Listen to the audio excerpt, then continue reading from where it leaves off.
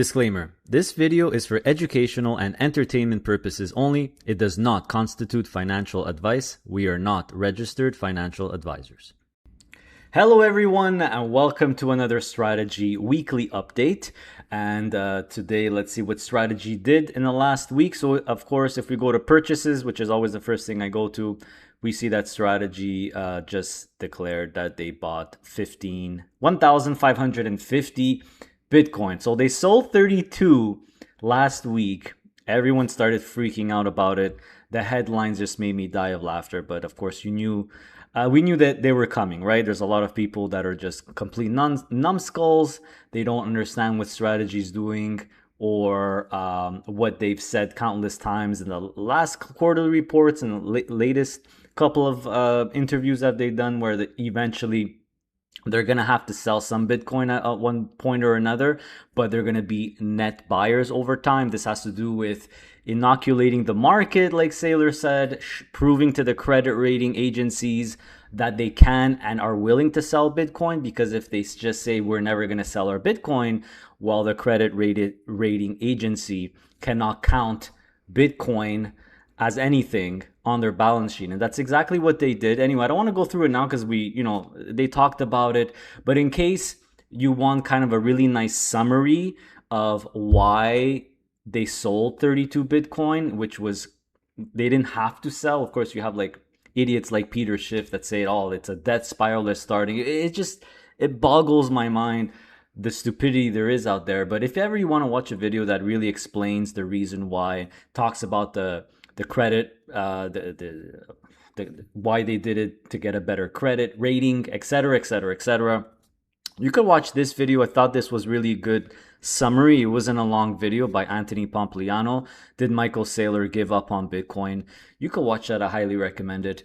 But anyway, let's just do what we usually do. So if you look at the purchases, 1,550 Bitcoin bought. Before we continue, I'd like to thank today's sponsor, Webull Canada, that finally went zero commissions. Another broker that went zero commissions in Canada on all US and Canadian stocks. And also, if you sign up for a new account, you can get all kinds of bonuses as well, including for 3 months, guys, zero commissions on options trading. So if ever you were curious to try options, well, this is a cool opportunity where you don't have to pay any fees for up to 3 months. And after that, it becomes 99 cents USD per contract. You also get other bonuses, cashback bonuses for a new account.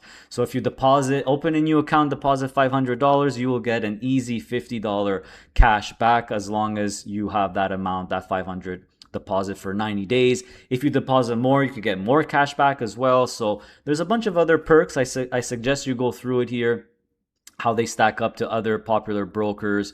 And don't forget that Webull is a NASDAQ listed company with over 25 million users, and they are a member of SIPF, regulatory compliance in Canada. They're regulated by CIRO, so you have all the protections like the other Canadian brokers do. They have a desktop app as well, everyone. I was testing it out myself real quick, and it's pretty cool. I mean, you have all the classic tabs like the watch list and the news.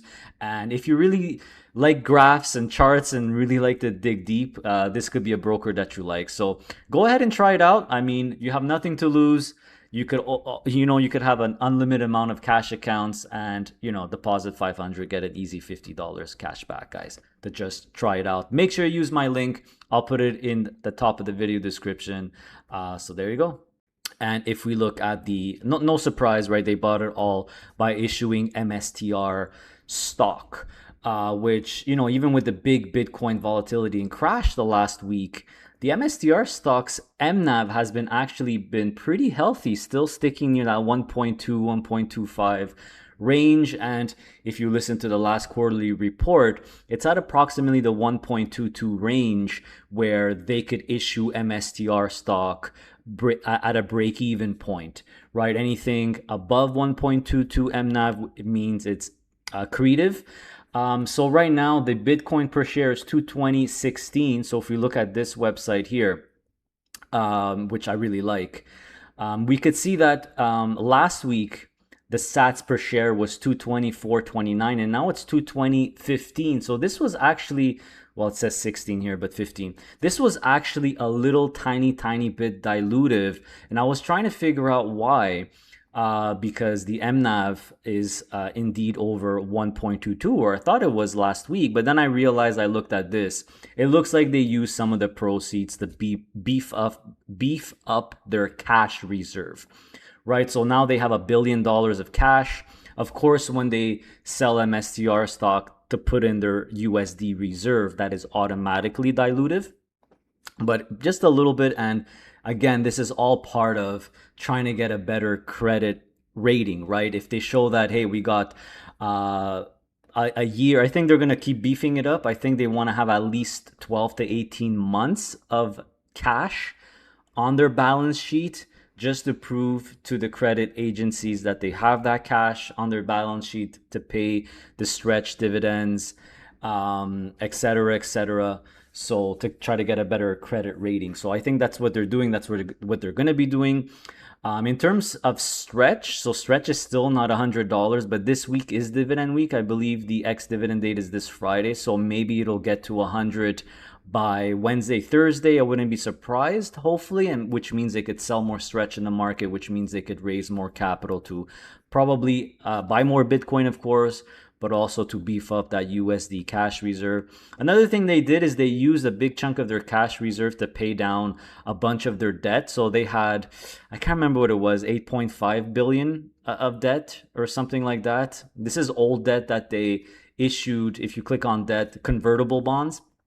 So if you click on debt, you see that they have this tranche here that's actually trading at a discount right now. So that's part of the debt that they bought back. So there, if you look at the quarterly results and listen to what they say, you know what the plan is. They want to reduce the debt. They want to get this to zero, because this is how they borrowed money in the past. Now then they started doing MSTR sales, which they still do, but their main focus is really STRC, trying to get their credit rating up and really focusing on stretch as their main vehicle for that leverage to borrow the money. So there you have it. That's your strategy update. So in summary, yes, a tiny bit diluted, but of course it's normal because they're beefing up the cash reserve.